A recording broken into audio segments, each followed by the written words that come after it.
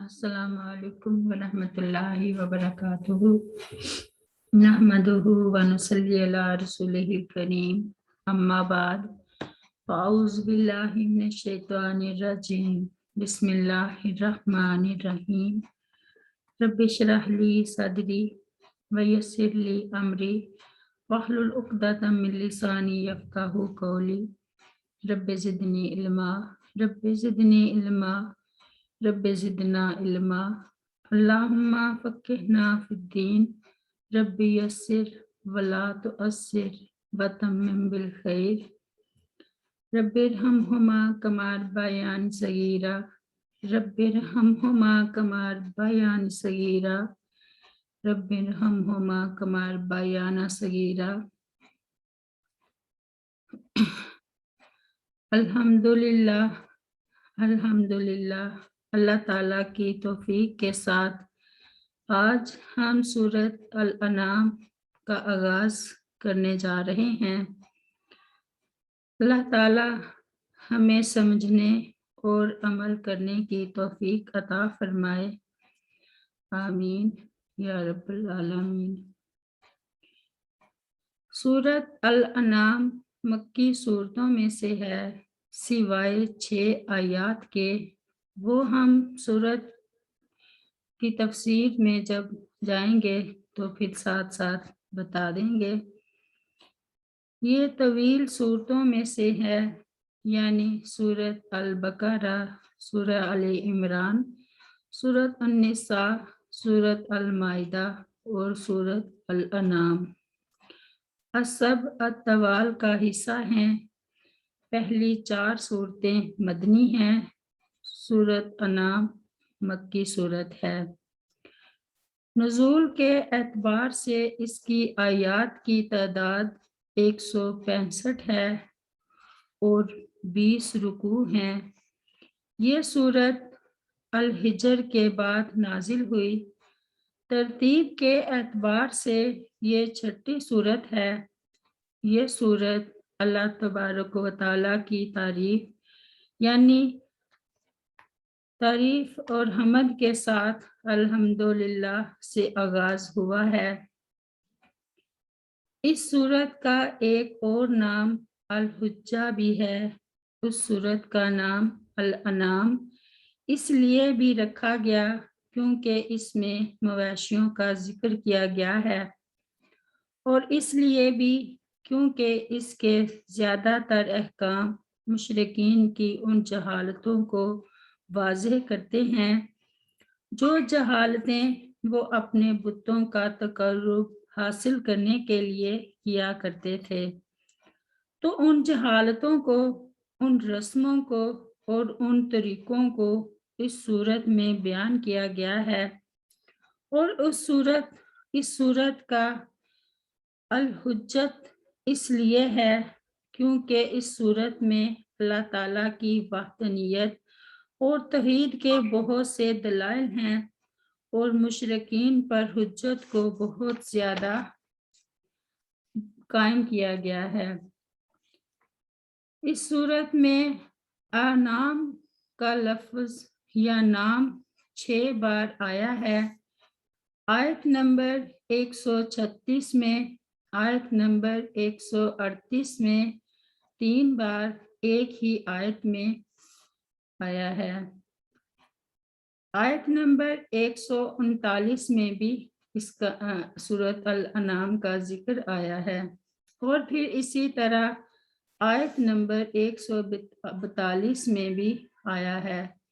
پچھلی سورت سے اس سورت کی مناسبت یہ ہے کہ اس سورت میں اہل کتاب کو اس سورت یعنی سورت المائدہ میں اہل کتاب کو مخاطب کیا گیا تھا، اور اس صورت میں مشرکین کو خطاب کیا گیا ہے، یعنی اس صورت میں مشرکین کا بہت زیادہ ذکر کیا گیا ہے۔ مکی صورت ہے۔ پچھلی صورت کے اختتام پر اللہ سبحانہ و تعالیٰ کی حمد کا ذکر ہے، اور اس صورت کے آغاز میں بھی اللہ سبحانہ و تعالیٰ کی حمد کا ذکر ہے۔ پچھلی صورت کے اختتام پر حمل سے مراد وہاں اللہ تعالیٰ کی بادشاہت اور اللہ تعالیٰ کی قدرت کا ذکر ہے، اور جہاں سورۃ انعام میں اللہ تعالیٰ کی تعریف کا ذکر ہے تو اس سورۃ انعام کی فضیلت میں جو روایات آتی ہیں ان میں سے ایک مشہور روایت ہے باسلہ بن اسقا کی روایت۔ وہ کہتے ہیں کہ نبی صلی اللہ علیہ وسلم نے فرمایا کہ مجھے تورات کی جگہ الصبر الطوال دیا گیا، یعنی 7 طویل صورتیں جن میں سورۃ بقرہ، سورۃ آل عمران، سورۃ النساء، سورۃ مائدہ اور سورۃ الانعام، اور زبور کی جگہ المعین دی گئی۔ معین کا مطلب یہ ہے جو 100 آیات یعنی 100 آیات کے لگ بھگ مشتمل ہو، اور انجیل کی جگہ المثانی دی گئی اور مفصل صورتوں کے ساتھ مجھے فضیلت دی گئی، یعنی جو قرآن کے آخر میں صورتیں آتی ہیں۔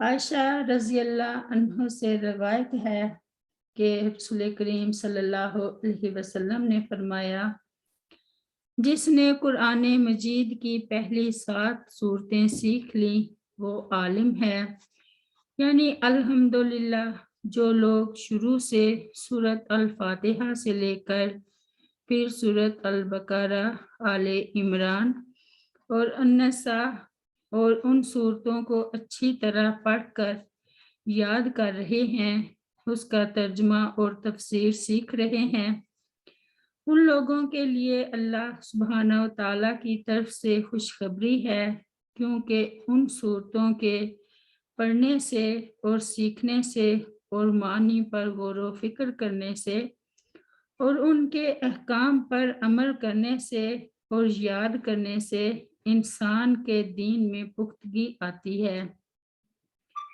ہماری کوشش یہی ہونی چاہیے کہ قرآن مجید کا مطالعہ صرف لیکچر کی حد تک سننے کی نہ رہے، بلکہ اسے روزانہ کی روٹین میں یعنی قرآن مجید کی تلاوت و ترجمہ اور تفسیر اور اس کے معنی پر غور و فکر اور تدبر کریں۔ قرآن مجید کی 5 صورتیں الحمدللہ سے شروع ہوتی ہیں، سورۃ الفاتحہ، سورۃ الکہف اور سورۃ الانعام، سورۃ السبا اور سورۃ الفاطر۔ اللہ سبحانہ و تعالی ہمیں قرآن کریم کو پڑھنے اور پڑھ کر اس پر عمل کرنے کی توفیق عطا فرمائے، کیونکہ جس نے قرآن کو دنیا میں اس کے ساتھ رشتہ جوڑے رکھا تو قرآن جنت تک اس کے ساتھ نبھائے گا، یعنی مرنے کے بعد قرآن نے ہماری شفاعت کرنی ہے، سفارش کرنی ہے۔ جس نے جتنا زیادہ قرآن سے تعلق جوڑا، قرآن بھی اتنا ہی زیادہ اللہ تعالیٰ کے سامنے اس کی سفارش کرے گا اور سفارشی بن کر اسے جنت الفردوس میں پہنچائے گا انشاءاللہ۔ تو ہم اب سورۃ الانعام کی پہلی آیت شروع کرتے ہیں۔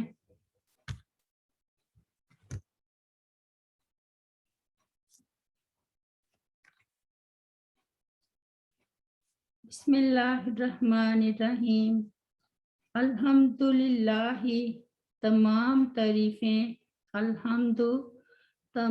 تعریفیں للہ اللہ تعالیٰ ہی کے لیے ہیں، الذی جس نے یا وہ ذات جس نے خلق پیدا کیے، السماوات آسمان، والارض اور زمین، وجعل اور اس نے بنائے،